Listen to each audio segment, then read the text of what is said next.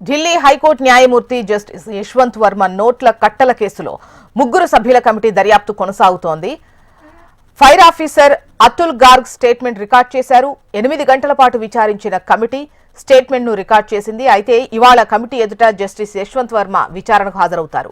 మరోవైపు ఇవాళ సుప్రీంకోర్టులో జస్టిస్ వర్మ అంశంపై విచారణ జరగబోతోంది. జస్టిస్ యశ్వంత్ పై ఎఫ్ఐఆర్ నమోదు చేయాలని పిటిషన్ దాఖలైంది. దీనిపై సుప్రీంకోర్టు విచారించనుంది. డీటెయిల్స్ మనకు రామకృష్ణ అందిస్తారు. రామకృష్ణ, చెప్పండి, జస్టిస్ యశ్వంత్ వర్మపై కేసు నమోదు చేయాలి అని చెప్పేసి పిటిషన్ దాఖలైనట్లుగా తెలుస్తోంది. దీనిపై ఇవాళ విచారణ ఉన్నట్లు సమాచారం. డీటెయిల్స్ ఎలా ఉన్నాయి? ఇక దేశవ్యాప్తంగా కూడా సంచలనం సృష్టించిన జస్టిస్ యశ్వంత్ వర్మ కేసుకు సంబంధించి ఇక విచారణ ప్రారంభం కాబోతుంది ఈ రోజు. మరి ఆయన నివాసంలో భారీగా కట్టలు డబ్బు రావటం దేశంలోని ప్రజలకు న్యాయ వ్యవస్థ మీద విశ్వాసం కోల్పోయే విధంగా అవన్నీ ఉన్నాయని చెప్పేసి కూడా అందరూ కూడా చెప్తున్నారు. మరి ఈ నేపథ్యంలో ఇక ఈ కేసుని ఆయన్ని అలహాబాద్ కోర్టుకి ట్రాన్స్ఫర్ చేస్తే కూడా ఆయన్ని చేయొద్దు అంటూ కూడా అక్కడ లాయర్లు కూడా ధర్నాలు చేయడం వంటి ఘటనలు జరిగాయి. మరి ఈ నేపథ్యంలో ఇంకా ఈ కేసుకి సంబంధించి ఒక విచారణ కమిటీ దీన్ని విచారిస్తుంది. మరి ఈ అంశానికి సంబంధించి ఇప్పటికే ఆయన్ని పదవి నుంచి అభిశంసన తీర్మానాన్ని పెట్టి పార్లమెంట్ లో ఆయనపై అభిశంసన తీర్మానం పెట్టి తొలగించాలని చెప్పేసి కూడా కాంగ్రెస్ పార్టీ డిమాండ్ చేసింది. మరి కేంద్ర ప్రభుత్వం మాత్రం దీనికి సంబంధించి ఆ నిర్ణయం అయితే తీసుకోలేదు, విచారణ చేస్తున్నారు. మరి ఇప్పటికే ఒక బృందం ఢిల్లీ చీఫ్ జస్టిస్ అలాగే మరి కొంతమంది న్యాయవాదుల బృందం ఆల్రెడీ వర్మ ఇంటికి వెళ్లి వర్మ ఇంట్లో మొత్తం అంతా కూడా పరిశీలన చేశారు.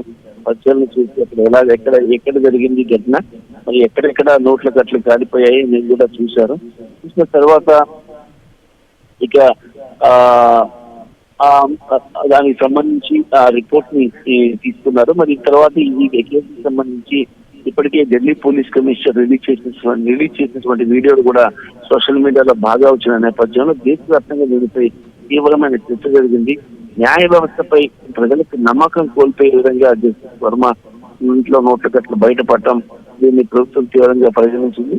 ప్రతిపక్ష పార్టీలు ఒకవైపు పార్లమెంట్ జరుగుతుంది, ప్రతిపక్ష పార్టీలు అయితే మాత్రం దీన్ని చాలా తీవ్రంగా పరిగణించి ఇటువంటి పరిస్థితుల్లో కూడా వర్మపై అభిశంసన తీర్మానాన్ని ప్రవేశపెట్టాలి అని చెప్పేసి కూడా ప్రతిపక్ష పార్టీలన్నీ డిమాండ్ చేశాయి.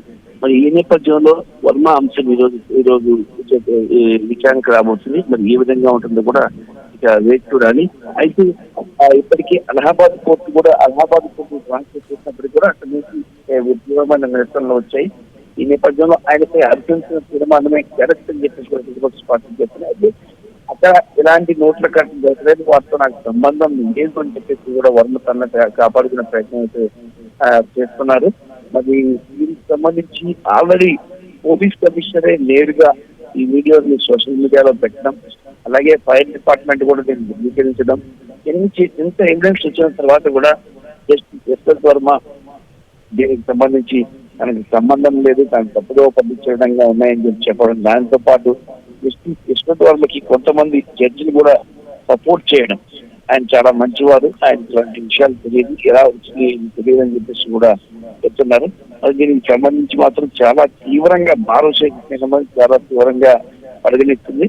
దీనికి ఆయనపై చర్యలకు ఉపక్రమించాలని చెప్పి కఠిన చర్యలు తీసుకోవాలని చెప్పేసి కూడా భారత శేషం కోరుతుంది. రైట్ రామకృష్ణ.